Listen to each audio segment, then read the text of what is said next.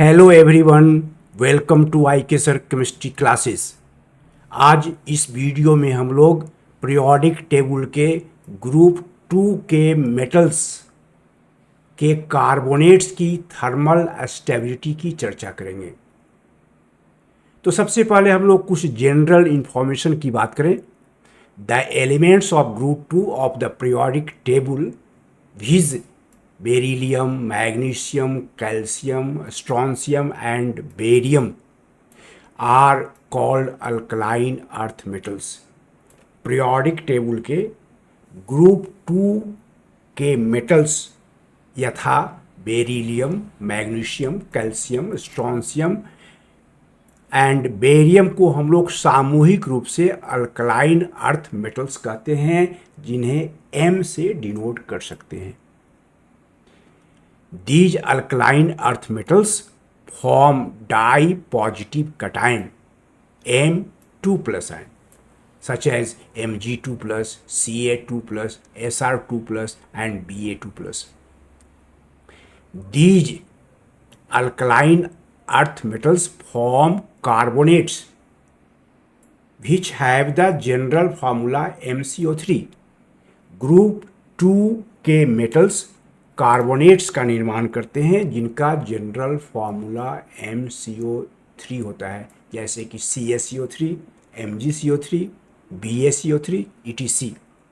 And the carbonates of metals of group 2 decompose at certain temperatures producing metal oxide and CO2. Periodic table के group 2 के metals के carbonates को किसी खास तापक्रम तक गर्म करने पर वे टूट जाते हैं, थर्मली डिकम्पोज कर जाते हैं, producing metal oxide and CO2 gas. And this general reaction can be represented as follows.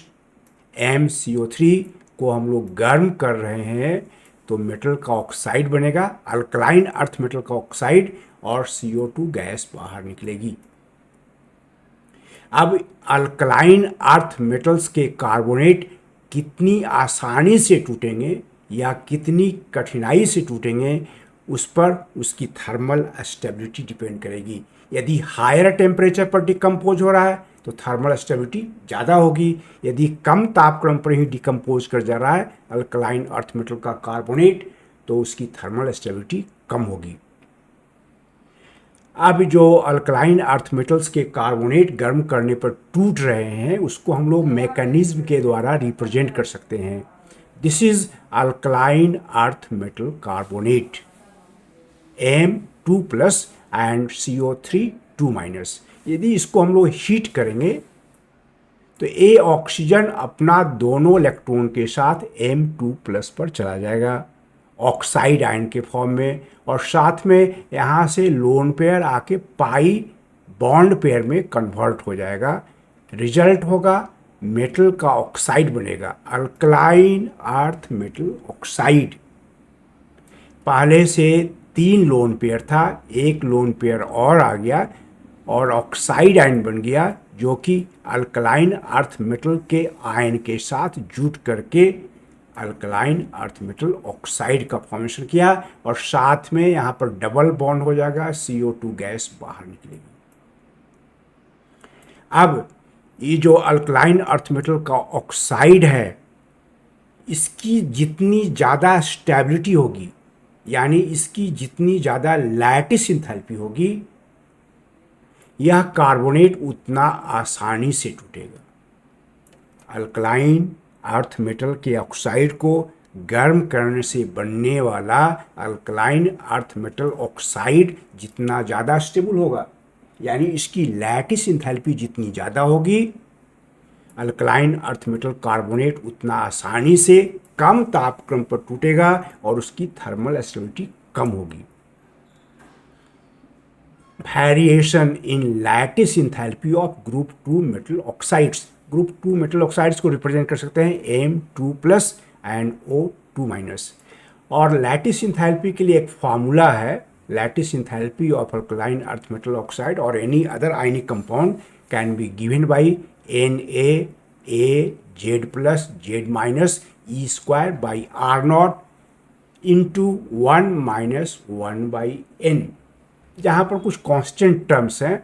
N A हुआ एवोगैड्रोज नंबर, ए हुआ मेडलंग्स कांस्टेंट, ई हुआ चार्ज ऑन इलेक्ट्रॉन, एन हुआ बॉर्न एक्सपोनेंट, बाकी बचा Z plus charge on cation, Z minus charge on anion and r naught inter ionic distance which is equal to radius of cation plus radius of anion. Alkaline earth metal के oxide में Z plus का value same है, सब में 2 होगा, Z minus का भी value 2 है, सब में 2 चार्ज है, इलेक्ट्रॉनिक चार्ज कांस्टेंट है।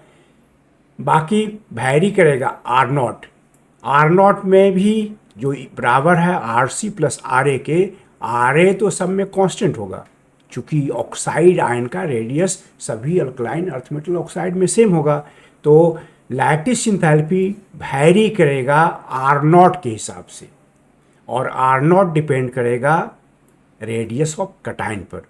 कटायन का रेडियस जितना ज़्यादा होगा, कटायन का रेडियस ज़्यादा होगा, आर नॉट का वैल्यू ज़्यादा होगा।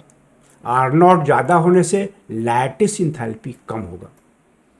अल्कलाइन अर्थ मेटल के ऑक्साइड का लैटिस इंथैल्पी कम होने का मतलब उसकी स्टेबिलिटी कम होगी। These are the oxides of alkaline earth metals.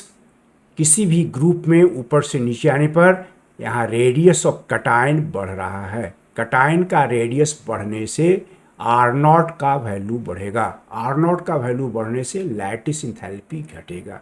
इसकी लैटिस इंथैल्पी सबसे कम होगी बेरियम ऑक्साइड की, और इसकी लैटिस इंथैल्पी सबसे ज़्यादा होगी।